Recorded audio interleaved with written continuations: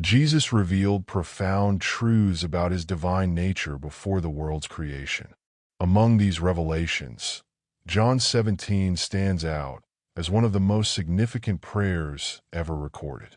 In this prayer, we witness the very heart of Jesus as he speaks to the Father, reflecting his eternal glory and mission.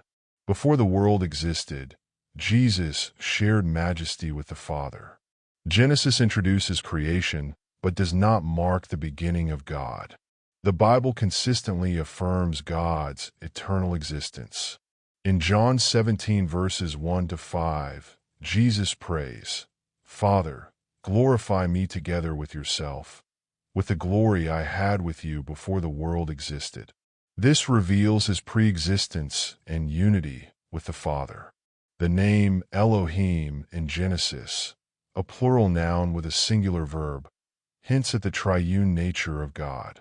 Jesus' prayer reflects his divine mission. He prays not out of self-interest but to glorify the Father. His entire life, his teachings, miracles, and obedience glorified God.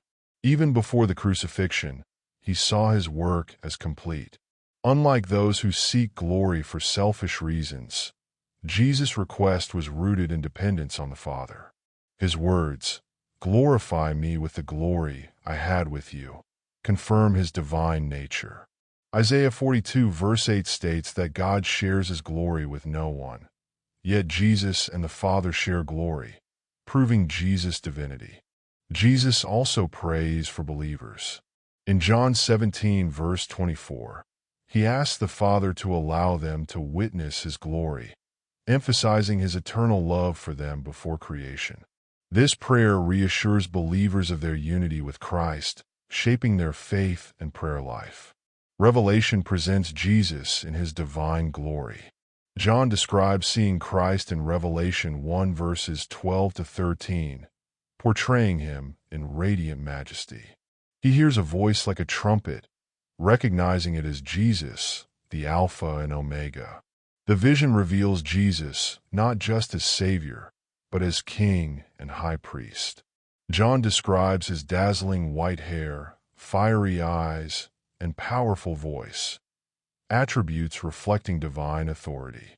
John's vision echoes descriptions from Daniel and Ezekiel, reinforcing Jesus' supreme glory. His face shines like the sun, a trait ascribed to deities in ancient texts. Holding 7 stars and speaking with a sharp two-edged sword, Jesus is depicted as both ruler and judge. Overwhelmed, John falls at his feet. Jesus reassures him, declaring, "I am the first and the last." Jesus' resurrection power is emphasized in Revelation 1 verse 18. "I was dead, but behold, I am alive forevermore, and I have the keys of death and Hades." Contrary to misconceptions that Satan controls death, only Jesus holds authority over life and eternity. Revelation, meaning unveiling, is not meant to be hidden knowledge, but a revelation of Christ's glory. Charles Spurgeon lamented that many see Christ as a distant historical figure rather than a present reality. This prophecy reminds believers that Jesus is alive and reigning. Since God revealed these truths, they are meant to be understood and shared, urging us to embrace the reality of Christ's eternal dominion and majesty.